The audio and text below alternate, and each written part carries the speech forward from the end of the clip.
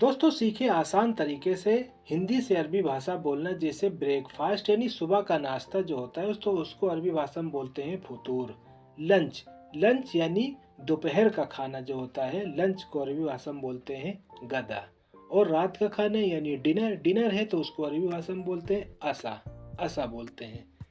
चम्मच चम्मच यानी स्पून स्पून को अरबी भाषा में बोलते हैं मिलागा। मिलागा। चाकू चाकू नाइफ को अरबी भाषा में कहते हैं सिक्कीन। और कांटा वाला चम्मच जो होता है फोर्क फोर्क को अरबी भाषा में बोलते हैं सावका। सावका बोलते हैं प्लेट। प्लेट को अरबी भाषा में कहते हैं सहन। सहन, ठीक है।